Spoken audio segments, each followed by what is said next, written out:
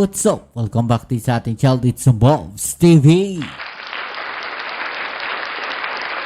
Alright, so tayo babalik muli mga kababayan at ngayon ay pag-usapan natin ang masamang balita dito kay Senator Marcoleta mga kababayan dahil makukulong na nga po ba itong si Senator Marcoleta?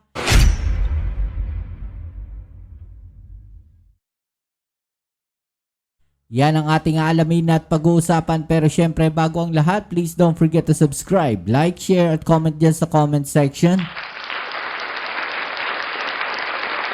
Okay, so kung kayo po ang tatanungin mga kababayan, dapat po bang managot etong si Senator Marcoleta dito po sa kanyang pagsisinungaling sa kanyang sose mga kababayan? Noong panahon po ng kampanya. Dahil nga po mainit po itong usapin na to dahil mismong si Senator Marcoleta mga kababayan ay umamin na mayroon pong mga nag-donate sa kanya para sa kanyang kampanya, pero ang sabi po ng Senator Marcoleta, yun daw po ay nagkaroon ng usapan mga kababayan. Ang problema, hindi po pala po pwede yun. At yan po ay pinagtatanggol pa ng mga DDS. So, sino ngayon, mga kababayan, ang law bender? Sino ngayon ang nagbabaluktot ng batas mga kababayan? Kayo po ba ay pabor o sang-ayon na makulong itong si Senator Marcoleta sa kanyang ginawa? Well, alam naman natin, nobody is above the law mga kababayan. Kaya kayo po ay tinatanong ko, sa kanya pong ginawa na yan na pagsisinungaling sa kanyang sose, hindi po niya paglalagay ng totoong detalye sa kanyang sose at sa kanyang salin mga kababayan. Nako, ano pong masasabi ninyo dyan? Ito nga po mga kababayan, sabi po dito ng COMELEC, nagsalita na po. Senator Marcoleta, maaaring makasuhan ng COMELEC. Nagbabala si Commission on Elections Chairman George Garcia na maaaring maharap si Senador Rodante Marcoleta sa electoral offense at iba pang kaso gaya ng falsification of public documents. Ito na naman yung falsification mga kababayan.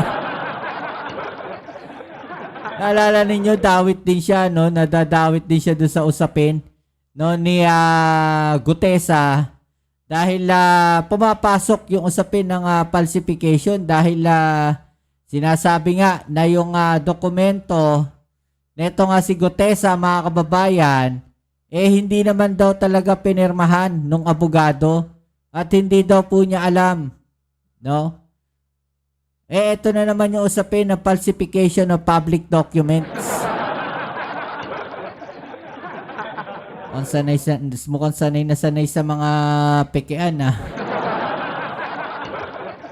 Ito ay kapag napatunayang pineke umano ang inihaing statement of contributions and expenditures ng senador netong 2025 midterm election. Kailangan pa bang patunayan? Umamin na siya mismo mga kababayan. Umamin siya mismo dun sa kanyang interview. Na may tinanggap siya, hindi niya lang isinulat dahil nga po hindi raw po pwedeng ibanggitin o ibunyag kung sino. Kasunod ito ng pag-amin ni Marcoleta sa isang panayam. Eto na. Kasunod ito ng pag-amin ni Marcoleta sa isang panayam na hindi niya idineklara sa kanyang sose ang campaign funds na natanggap upang maitago umano ang pagkakakilanlan ng mga donor. Hindi po pwede yun. Hindi po pwedeng ganon. Nasasabihin mo hindi mo pwedeng ilantad dahil sa pagkakakilanlan ng mga donor mo. Hindi po pwede yun. 'Di ba? Doon pa lang nagsinungaling na itong si Senator Rodante Marcoleta. Sinilagay niya 0 eh. No? Tapos meron palang mga donor. Sino kaya 'yon? Mga kababayan, no? May nababasa ako doon sa mga comment lumalabas yung pangalan ng mga diskaya. Kung kaya nga inuulit po namin yung babala natin sa mga magpapile ng panang sose sa future, pakitingnan mabuti, paki-review mabuti, patingnan sa atin pong mga accountant, sa atin pong mga abogado kung tama yung ating deklarasyon. Oh, ayan oh. Comelec, Senator Marcoleta maaaring kasuhan kung totoong pineke ang sose. Di ba? Po pwedeng kasuhan. Umamin na nga po siya. Nakita na eh. No? Na pineke yung sosi eh. Di ba? Nilagay niya 0. Pero umamin siya na meron donor. Di ba? Magagalit nito yung mga DDS. No? Pagtatanggol ng mga DDS yan, syempre. Malab na utak ng mga yun eh. Naniniwala sila sa panloloko eh. Naniniwala sila sa mga manipulation eh, 'di ba, mga kababayan? Sila na lang. Tignan ninyo maigi. 'Di ba? Tignan ninyo maigi kung paano sila mag-isip. Malinaw na nagsinungaling yung tao. Malinaw na hindi niya dineclare sa sose na meron siyang donor. Hindi niyo ba maintindihan na bawal yun sa batas? At sasabihin niyo pa na tinatarget etong si Marcoleta? Sa bibig niya mismo nang galing na meron. No? Sa bibig niya mismo nang galing. At siya mismo nagsabi. 'Di ba? Na merong donor. Oh. Tapos sasabihin niyo tinatarget si Marcoleta? Hindi ganoon. Oh, eto panoorin natin 'tong mga balita na 'to, mga babayan, no. Sisilipin ng COMELEC ang Statement of Contribution and Expenditures o SOSE ni Senador Rodante Marcoleta. Kasunod dito ng sinasabing pag-amin ng senador na hindi niya isinama sa SOSE ang kontribusyon ng ilang kaibigan dahil sa hiling na manatiling anonymous. Diba? Hindi niya sinama eh. Hindi niya nilagay sa SOSE, mga kababayan. Dahil nasa kahilingan na yon. At ang saklap doon, mga kababayan, no, hindi niya babayaran ng cash yun. No, parang utang na loob na lang yon. So ano yung utang na loob na yon? Yun yung nakakatakot doon eh, yung mga utang na loob na yan. Dahil minsan, mga kababayan, yung let's say 100 million no, na i-donate sa kanya. Yung 100 million na yun, mas matindi pa, no, ang makukuha doon, mga kababayan. Yari dito si Marcoleta, mga kababayan. No, matatanggal itong si Marcoleta rito. Pinagtatanggol pa nila eh, kitang-kita na nga. 'Di ba? Kitang-kita na, umamin na, may ebidensya. No? Tapos ipagtatanggol nyo pa? Ipagtatanggol nyo pa yung mali? 'Di ba? Umabot sa 112 million pesos ang ginastos sa kampanya ni Marcoleta noong midterm elections. Sinabi ni COMELEC Chairman George Erwin Garcia na maaaring maharap sa reklamong perjury o falsification of public documents ang senador sakaling mali ang impormasyong inilagay sa SOSE.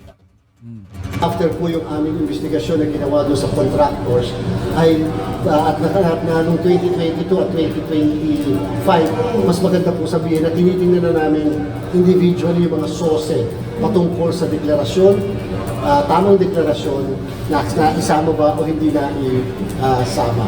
Maganda po yun, yung may mga statement publicly na binigay, yung mga involved na personalidad, kahit paano, pwede po kasi namin pagbasihan yun, yung mga statements na yan. Oh, di ba? Pwede lang pagbasihan. So, matatanggal si Marcoleta. Di ba? Mabigat na ebidensya na yun. Umamin siya mismo eh. Siya mismo nagsabi. No? So, posibleng matanggal nga po itong si Marcoleta pag ganyan, no? Madi-disqualify ito.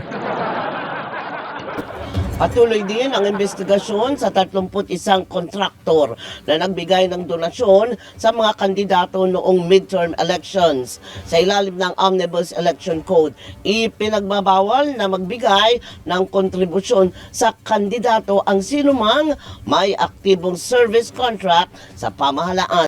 Oh, yan ha. O, ito pa. Panoorin pa natin to mga babayan.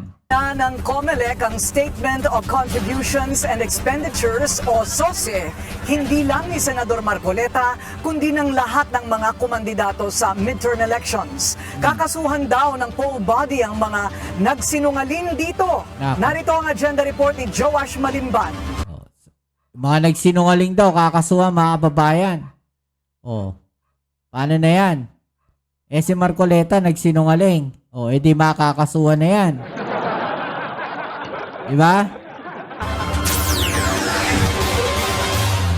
Dapat idetalye ang lahat-lahat ng nagbigay, idetalye ang lahat-lahat na tinanggap, at idetalye din yung lahat-lahat na pinagkagastusan nung Idetalye lahat na natanggap, idetalye lahat na nagbigay at pinagkagastosan.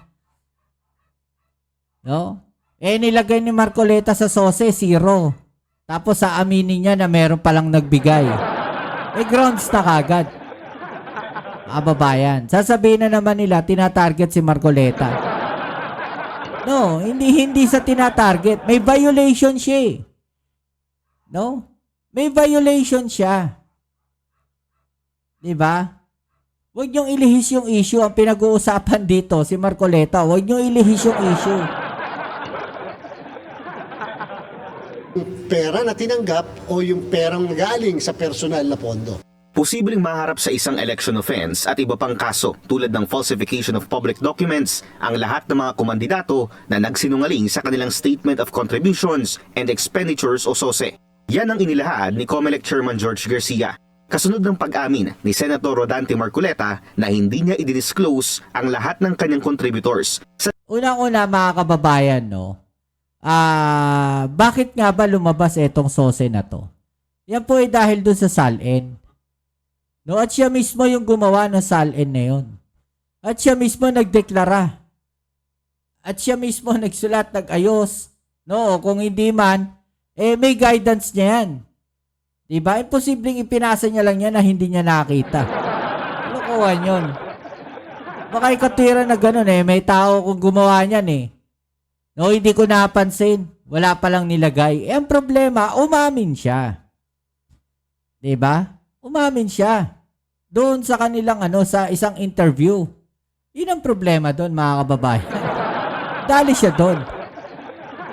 Sa nakaraang halalan, una na kasing iniulat ng Billionaire News Channel na tila hindi nagkakatugma ang declared assets and net worth ni Marcoleta sa kanyang naging gastos sa 2025 elections. Ayon sa SOSE, hindi siya tumanggap ng kahit na anong contributions, cash man o in-kind, sa kanyang naging kampanya. Pero ang kanyang kabuuang gastos aabot sa 112 million pesos, more than 100% sa declared net worth niya na 56.9 million pesos. Diba? So kung gagastusin niya yung 112 at yun lang yung salin niya, ubus-ubus siya at may utang pa siya, mga kababayan. So wala siyang ilalagay doon sa salin, 0-0 siya. At nung pumapasok ngayon, mga kababayan, no, yung mga dati pa na sinasabi natin, no, na actually ito naririnig natin to sa kampanya, no, na pagka ito in general to naririnig natin sa kampanya na ito tatakbo to, may pera na kasi to, hindi na to mangungurakot. No? Yun ay banat doon sa mga tao na tumatakbo na kandidato na mga walang pera, mga babayan, no, na walang makinarya. Yun yung banat nila ron. Kasi pinapalabas nila na eto tatakbo to para magserbisyo kasi wala tong pera. No, talagang gusto lang niya magserbisyo. 'Di ba? Pero in reality, yung mga ibang tumatakbo na yan, no, alam niyo na. Parehas po yan, wala pong pinagkaiba. doon sa election offense na 1 to 6 years imprisonment. At syempre, kung mali po yung informasyon, yan nga po ay perjury din. At the same time, kung sakasakali, pwede rin po yung mag-classify as falsification of public document. Pero paglilinaw ni Chairman Garcia, hindi nila sinisingle out si Marcoleta at wala pang formal investigation patungkol sa senador. Kasalukuyan na raw kasing tinitingnan ng Political Finance and Affairs Department ng poll body ang sose ng lahat ng mga kumandidato. Lahat yung sinasabi natin, hindi lang si Marcoleta. Ang problema kasi, unang napansin, yung kay Marcoleta kasi nga nakakapagtaka na 0-0 tapos ang ginastos mo sa halalan ay 112 million. Diba? Talagang masisilip. Sakaling magkaroon ng findings, posible raw pagpaliwanagin si Marcoleta patungkol sa kanyang naging deklarasyon. Tinitingnan na namin individual. Actually, nagpaliwanag na siya eh. Diba? Nagpaliwanag na siya doon sa kanilang sa kanilang istasyon, doon sa interview. Nagpaliwanag na siya kung bakit. Individually yung mga sose patungkol sa deklarasyon, tamang deklarasyon na isama ba o hindi na isama. Maganda po yun, yung may mga statement publicly na binigay, yung mga involved na personalidad, kahit paano, pwede po kasi namin pagbasihan yon yung mga statements na yan. Yan. Paalala ni Chairman Garcia, hindi nasakop ng kanilang jurisdiction ang mga kasalukuyang nakaupong national officials. Ibig sabihin, wala na silang kapangyarihan para i-disqualify ang mga ito. Pero posible pa rin daw silang magrekomenda ng election offense na may karampatang 1 hanggang 6 na taong pagkakakulong at perpetual disqualification from holding public office. Sinubukan muli ng Billionaire News Channel na kunin ang panig ni Senator Marcoleta, Nako. pero hindi pa ito Hindi na sumasagot naman sa aming nasasagot sa mga inyo. mensahe. Para sa agenda Hindi sasagot sa inyo eh. Nakaraan nga, hindi sumagot. Anong masasabi po ninyo dyan mga kababayan, no? I-comment na lang sa ibabaan yung mga opinion na ating yung pag-usapan, right? So yan muli, kita tayo sa ating next video upload. Ito muli ang inyong Kuya Mobs sa Mobs TV. Peace and health.